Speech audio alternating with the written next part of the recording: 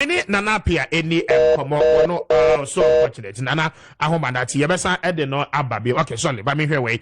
Nana what you good morning. Aminia apia mijoso. Okay, baby Aboko there. Amia daru my home papa. Very well.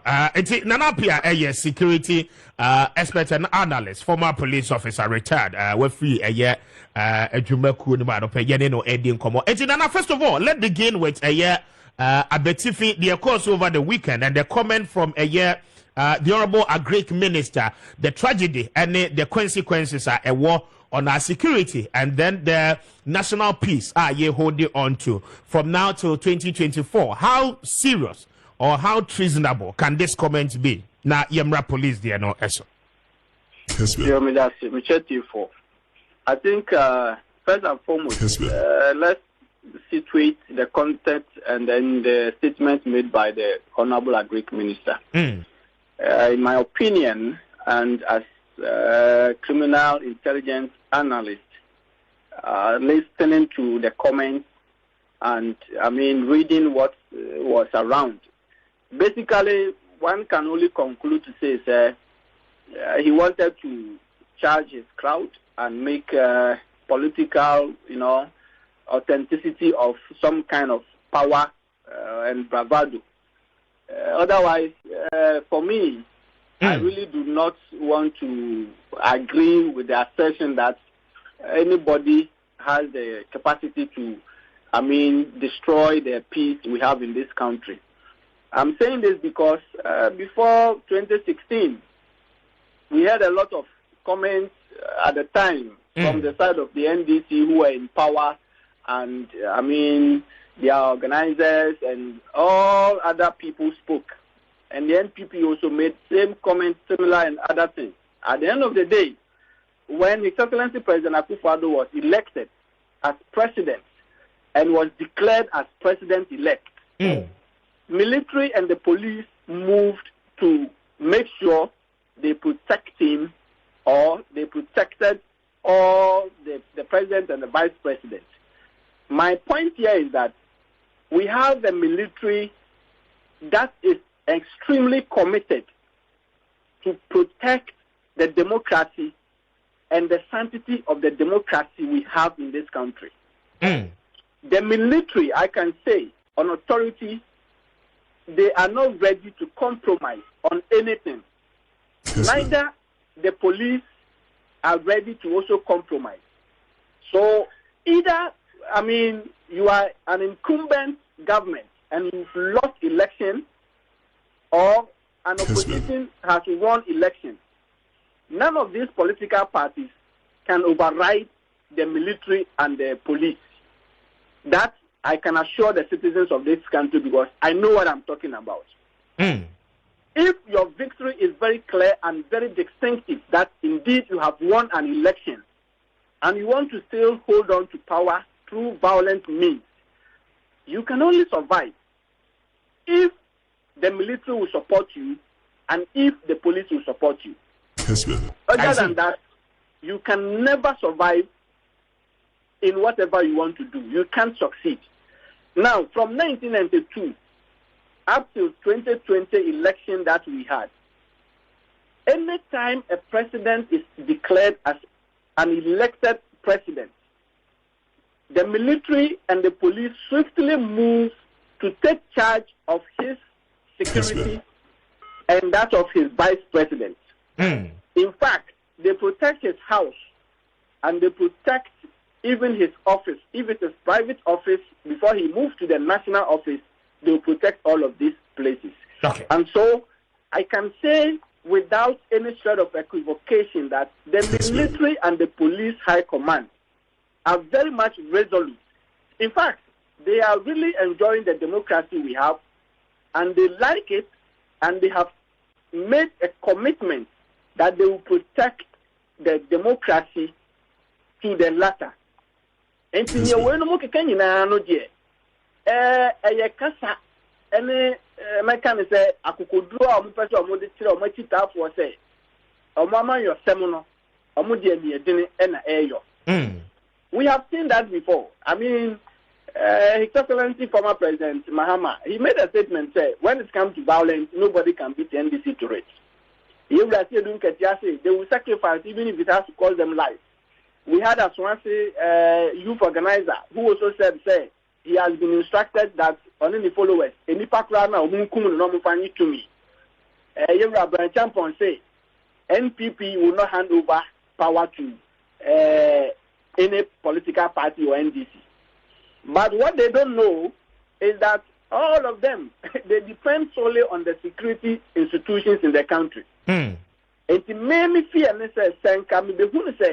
the security will compromise or they are likely to compromise. That is where we would have had a very strong threat, or we have an anxiety that, look, we don't have a trustworthy institution such as the military or the police. But I can assure you, whether it is school or whatever it is, if the police and military do not come together to support, you can never succeed. And so Ghanaians should be rest assured. Say, these are political talks. Just that it seems psychologically it's a warfare. They are fighting each other. They want to show. Yes, but Nana, in all effect, this is a party in government which has all the security apparatus at their back and call. And so the point remains, the responsibility lies on them to protect and safeguard the peace of the nation. When a political party in power seemingly is seen to be making such a trajectory, na afei eno no mom no pussy opposition party ni say woman should be making such similar comment. How do we take this in good faith? Because what we know is in times past, opposition parties, louder with such comment. Na afei party in power, and our government of the day, so I responded through the machinery what they a year, Juma. But this time around, you have ministers of state from party in power telling us this particular things. And how should it be situated? Well, in my opinion, I think that Brian Champon only responded to what President Mahama and General Mosquito, National Chairman of NBC, and some activists of NDC, what they have said. And then Brian Champon, in my opinion, seems to also want to, respond to them. Say, so I must say, I won't be sacrificed, or am I ready? They can unleash violence and other things there. Then the NPP is equally ready, and they will stand shoulder to shoulder. But let me also say this. Indeed, this is a political party in government. An incumbent government, it presumes that you have all the state, apparatus at your disposal. But you do not have them at your disposal on the eve of election. That is why in 2016, when Mrs. Charlotte Osai, the then Electoral Commissioner chairperson, was finding it difficult. It took her about almost 70-something hours to declare the elected president. She had no option. The consultation behind the scenes that I am privy was that the military, the police, all of them were ready to protect the elected president. 2008, I can assure you, or I can say what happened 2008, when then there was a tie between the late President Mills and now President Akufo-Addo. At the time, the incumbent president, even at the time, the man who was in charge as a Minister of Interior, I think Honorable Kandapa at the time, made it clear to them, though they were incumbent in government, that he told them point blank that, look, the security is broken. What it means is that the security have taken a stand that whoever wins, they will protect that person. And that has been the consistency of our security. I see. That has been the consistency of our security institution we have, regardless of whoever you are. In fact, in 2000, the same thing happened. They were ready to protect the elected president, President Kufuor at the time. And in 2008, It was clear signal they sent to, at the time, the interior minister that, look, we are ready to protect whoever is declared the winner. Even when it was going runoff, the election was to be rerun, they had made their statement clear to this incumbent and the opposition party. Okay. And I want to, believe, say, the same thing will apply all elections that we have, so long as democratic processes is concerned in Ghana. These our security institutions, their trustworthiness, we should hold it in higher order, that they can never and they will never compromise, because they believe that Ghana can develop only through democratic processes, and they are not ready to compromise on that. If they are ready to take, power from the democratic, system, that is where maybe they will sit back. But they won't sit back when any of the candidates is declared a winner. Trust me, they will do what is right by protecting and ensuring that the country is safe. That I can assure you. Now, you a quick one. Wrapping it up with you this morning on the issue of Kubewu. The course so with the police officers, very sad event where civilians are attacking men in uniform. Mamintio on this, meaning say what coming across the footage now after fancy. Well, I think that police institution, they need to quickly do what is very important for some of us. We believe that the organizational branding, the image, it needs to be relooked at. And the model of recruitment and training also needs to be relooked at. I believe the psyche of the police is getting a bit worrying. I don't know whether they refuse or they don't understand the psychology of a police officer, what makes you a policeman, the culture of, a police officer, you have taken a profession to be your career until you retire. Professionally and diplomatically, how you need to conduct yourself. I believe that the police need to look at that aspect very well, because every institution that want to pride itself with brand will make sure they will never recruit or employ people who do not and cannot stand the test of time.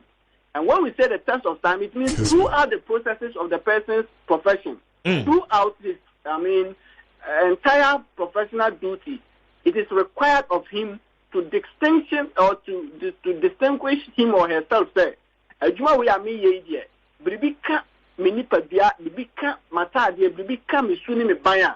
It affects the whole institution, and the consequences will be high.